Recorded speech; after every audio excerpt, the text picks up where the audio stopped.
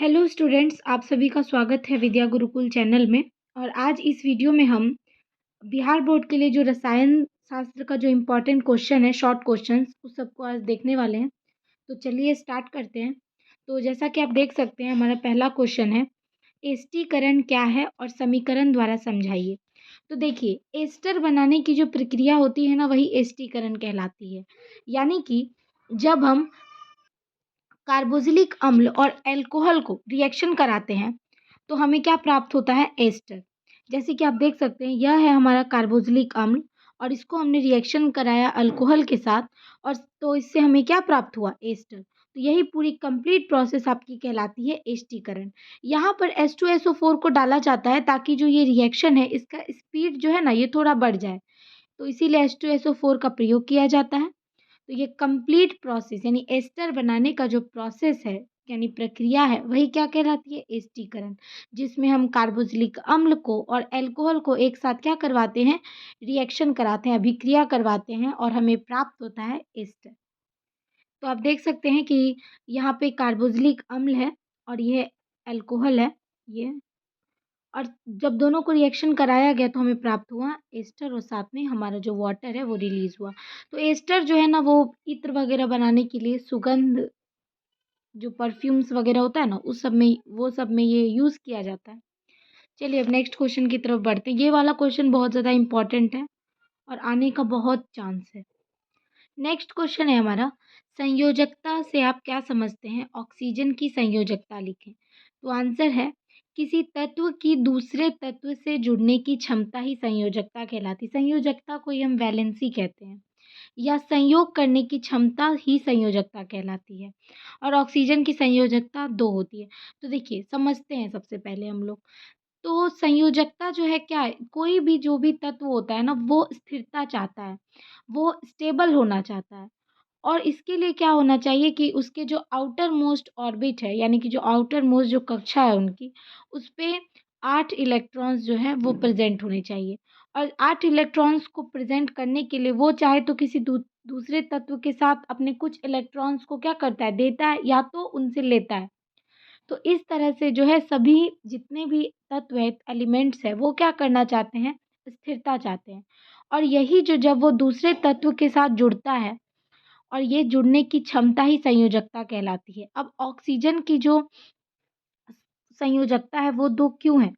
क्योंकि देखिए, ऑक्सीजन का जो एटॉमिक नंबर होता है, यानी इसका एटॉमिक नंबर कितना होता है, O2 का 8 होता है। यानी हम लोग को पता है, पहले कक्षा में 2 इलेक्ट्रॉन, दूसरे में 6, है कि नहीं? यानी इसे और बाहरी कक्षा में 8 पूरा करने के लिए कितने इलेक्ट्रॉन और चाहिए, तो 2 इलेक्ट्रॉन और चाहिए। तो इसीलिए इसकी जो संयोजकता होती है ऑक्सीजन की, 2 होती है। चलिए अब नेक्स्ट क्वेश्चन की तरफ चलते हैं। नेक्स्ट क्वेश्चन है हमारा, लोहे को जंग लगने से किस प्रकार बचाया जा सकता है। तो आपने देखा होगा कि जब भी हम लोहे का दरवाज़ा बनवाते हैं या लोहे का कुछ भी बनवाते हैं, तो सबसे पहले हम लोग उस पे पेंट करते हैं, चाहे ऑयलिंग करते हैं। ये क्यों करते हैं?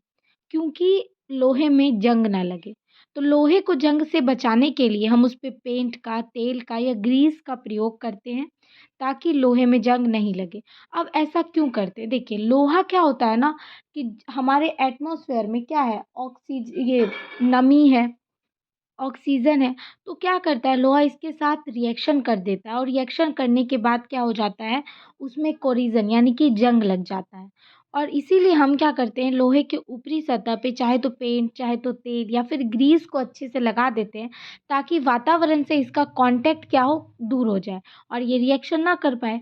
इसीलिए कोरिजन जो है ना हो, मतलब जंग नहीं लगे। तो देखिए, जंग लगने के बाद लोहा कैसा दिखता है। यह एक लोहे की जंजीर टाइप की है। आप देख सकते हैं कि कैसे इस पे जंग लगने के कारण इस पे ये ब्राउन ब्राउन सा पूरा रस्ट हो गया है। और हम इस रस्ट से बचाने के लिए क्या करते हैं कि लोहे के ऊपर चाहे तो पेंट आप इस्तेमाल कर सकते हैं, या ग्रीस लगा सकते हैं, तेल लगा सकते हैं। तो इससे क्या होगा कि लोहा जो है उस पे जंग नहीं लगेगी। ठीक है। नेक्स्ट क्वेश्चन है हमारा, आधुनिक आवर्त नियम क्या है।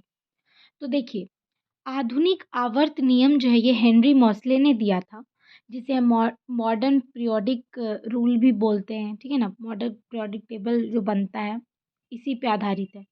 तो आधुनिक आवर्त नियम के अनुसार तत्वों के भौतिक और रासायनिक गुण उनके परमाणु क्रमांक के आवर्ती फलन होते हैं। यह नियम हेनरी मोसले ने दिया था। तो देखिए आधुनिक आवर्त नियम क्या कहता है कि जब हम तत्वों को उनके परमाणु संख्या के बढ़ते क्रम में जब उनको अरेंज हम करते हैं, उनको जब लगाते हैं, तो क्या होता है एक नियमित अंतराल के बाद हमें सेम गुण वाले जो है तत्व वापस से देखने के लिए मिलते हैं। और इसी तरह के अरेंजमेंट को हम कहते हैं आधुनिक आवर्त नियम। तो जो मॉडर्न पीरियोडिक टेबल है जो हम देखते हैं, उसमें हमें दिखता है कि जो हमारा तत्व है वो परमाणु संख्या के बढ़ते क्रम में लगाया गया है, जिससे क्या होता है कि एक नियमित अंतराल के बाद हमें सेम गुण वाले, सेम भौतिक रासायनिक गुण वाले तत्व दोबारा से देखने के लिए मिलते हैं। तो देखिए मैं दिखाती हूँ एक आपको मॉडर्न पीरियोडिक टेबल का। तो आप देख सकते हैं कि इसमें किस तरह से जो है तत्वों को अरेंज किया गया है उनके एटॉमिक संख्या के अनुसार। ये आपका एक मॉडर्न पीरियोडिक टेबल हो जाएगा और इसको जो दिया था ना, ये हेनरी मोसले ने दिया था, ये आप याद रखिएगा। तो हमारा नेक्स्ट क्वेश्चन है, सूचक क्या है? एक सूचक का नाम लिखें। तो देखिए सूचक वे पदार्थ हैं जिनका उपयोग यह जांचने के लिए किया जाता है कि कोई पदार्थ प्रकृति में अम्लीय है या क्षारीय है। यानी कोई भी जो मैटर है वो एसिडिक है या फिर बेसिक है। और इसका एक उदाहरण क्या है हमारा? लिटमस पेपर यानी लिटमस पत्र। तो लिटमस पत्र जो होता है ना, वो मैं दिखाती हूँ कि कैसे वर्क करता है। कैसे सूचक मतलब ये क्या करता है ना, बेसिकली सूचक क्या बताता है कि कोई भी जो पदार्थ है वो एसिडिक है चाहे बेसिक है, मतलब चाहे अम्लीय है चाहे क्षारीय है, इसको पता लगाने के लिए ही हम सूचक का प्रयोग करते हैं। तो सूचक भी अनेक तरह के होते हैं। हमारा नेचुरल इंडिकेटर होता है, आर्टिफिशियल भी होता है। तो सूचक, एक सूचक का नाम लिखने कहा जा रहा था, तो एक सूचक आपका हो जाएगा लिटमस पेपर। तो दिखाती हूँ मैं लिटमस पेपर वर्क कैसे करता है। देख सकते हैं आप, एक तरफ एसिड है एक कंटेनर में इधर अम्ल है और दूसरे कंटेनर में आपका क्या है? बेस है यानी क्षार है। तो ब्लू लिटमस को यानी कि जब ब्लू लिटमस को एसिड में डाला गया तो उसका रंग कैसा हो गया? लाल हो गया। तो इससे पता चला कि हमारा कंटेनर में क्या था? एसिड था। तो यानी कि जब हम ब्लू लिटमस पेपर को यानी ब्लू लिटमस पत्र को एसिड में डालते हैं तो उसका रंग आपको कैसा देखने के लिए मिल जाएगा? लाल, यानी वो लाल हो जाएगा। ये देखिए आप, ब्लू कलर का था, जब हमने इसको एसिड में डाला तो इसका कलर हो गया रेड। सेम हम, अगर आपको क्षार का पता करना है तो आप इस तरह से कर सकते हैं कि क्षार के लिए जो है लाल लिटमस पेपर को लिया गया और जब उसको बेस में डुबाया गया तो उसका रंग कैसा हो गया? नीला, ब्लू कलर का हो गया। तो इससे हमें पता चला कि यह है बेस है। तो इस तरह से हम एसिड और बेस को चेक करते हैं। यानी सूचक का काम ये होता है कि कोई भी पदार्थ अम्लीय है या क्षारीय है, इसका पता लगाना। और इसका एक उदाहरण आपका हो जाएगा लिटमस पत्र। सिर्फ लिटमस पत्र ही नहीं, हम एक पीएच स्केल से भी नापते हैं। कुछ नेचुरल जैसे कि टर्मरिक, हल्दी वगैरह, वो सब से भी हम चेक कर सकते हैं। तो आज के वीडियो के लिए इतना ही प्रश्न रहेगा। ये पाँचों प्रश्न को आप अच्छे से प्रिपेयर कीजिएगा। आपके एग्ज़ाम के लिए सारा ही क्वेश्चन बहुत ज़्यादा इम्पोर्टेंट है। Thank you. नेक्स्ट वीडियो में मिलते हैं।